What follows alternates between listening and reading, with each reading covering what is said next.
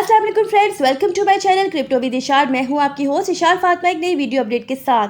So friends, ऐसा है कि आवाज़ की खराबी को कुछ इग्नोर कीजिएगा। तबीयत कुछ नासाज है बट जनाब हर तरफ सब्जा ही सब्जा है और हरा भरा सा माहौल है, तो कुछ इंपॉर्टेंट अपडेट्स थी जो मुझे आपसे मस्ट शेयर करनी थी।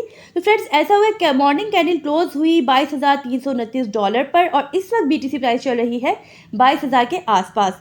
तो फ्रेंड्स, ऐसा क्या हुआ कि एकदम से हमें ये पंप देखने को मिला? कौन सी ऐसी अपडेट्स है मार्केट में?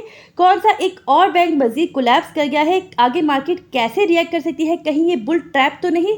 इन तमाम बातों का हम डिस्कस करेंगे। इस वीडियो को आखिर तक ज़रूर देखिएगा, कोई भी पार्ट स्किप करने वाला नहीं है। व्यूअर्स, वीडियो को लाइक एंड चैनल को सब्सक्राइब जरूर कर लीजिएगा, इसमें कंजूसी मत दिखाइएगा। साथ ही फ्रेंड्स, ये वीडियो किसी भी फाइनेंशियल एडवाइस का हिस्सा नहीं है बल्कि जस्ट फॉर एजुकेशनल पर्पज़ है।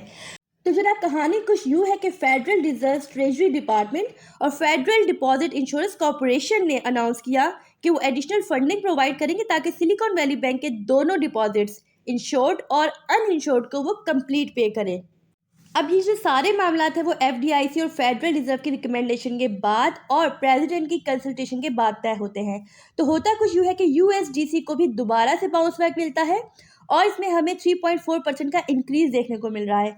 साथ ही फ्रेंड्स, इस वक्त इसकी प्राइस चल रही है $0.99 पर। फर्म के CEO की भी स्टेटमेंट आती है कि रिजर्व जो है वो सेव है। यही बात फ्रेंड्स मैंने कल आपको बताई थी कि सर्किल के जो नुकसान है इसको US ट्रेजरीज पूरा कर सकती है।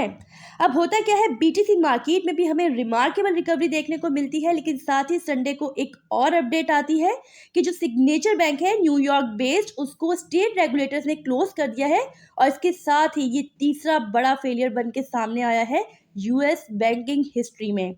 FDIC ने इसका कंट्रोल संभाल लिया है और फिलहाल तो कोई ऐसा डेटा सामने नहीं आया कि जिससे कोई बहुत बड़ा इम्पैक्ट पड़ता हुआ दिखाई दे, लेकिन जैसे जैसे ये डेटा सामने आएगा तो बहुत सी चीज़ें मे बी और क्लियर होकर सामने आए। अब SVB के जो केस है उसको सॉल्व करना इसलिए भी बहुत ज़्यादा ज़रूरी था क्योंकि इससे इनकी जो इकोनॉमी है वो कॉम्प्रोमाइज़ होने के साथ साथ आम आवाम का बैंकिंग सिस्टम पर जो कॉन्फिडेंस है उसे भी बिल्ड करना था। सो व्यूअर्स, अब सवाल ये है कि क्या ये इतनी बड़ी अनाउंसमेंट है जो हमें इतनी बड़ी रिकवरी देखने को मिल रही है? तो यस, SVB कोई छोटा मामला नहीं था। फंडामेंटली देखें तो और भी मल्टीपल रीज़न हो सकते हैं। एक तो ये अनाउंसमेंट है जो आपको मैंने बताई।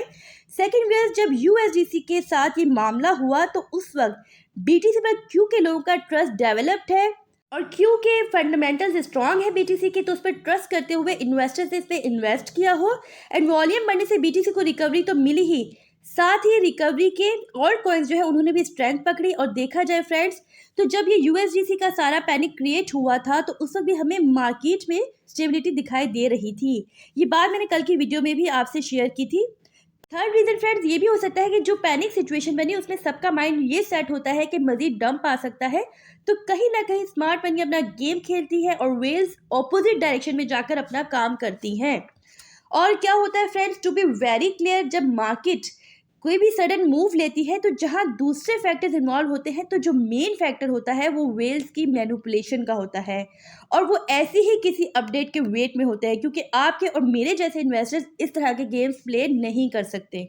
इन सबसे हटके BTC का नेक्स्ट मूव क्या बनता है? कल की वीडियो मैंने आपको बताया था कि अगर 21,400 की रेजिस्टेंस ब्रेक होती है तो श्योरली एक पॉजिटिव वाइब बिल्ड होगी एंड अब के लिए फ्रेंड्स 22,400 से ऊपर अगर कैंडल क्लोज होती है और उसके बाद 23,400 से 23,800 का जो जोन है वो बहुत इंपॉर्टेंट जोन है, वो ब्रेक होता है तो मार्केट फर्दर 24,000 एंड 25,000 के जोन में एंट्री ले सकती है।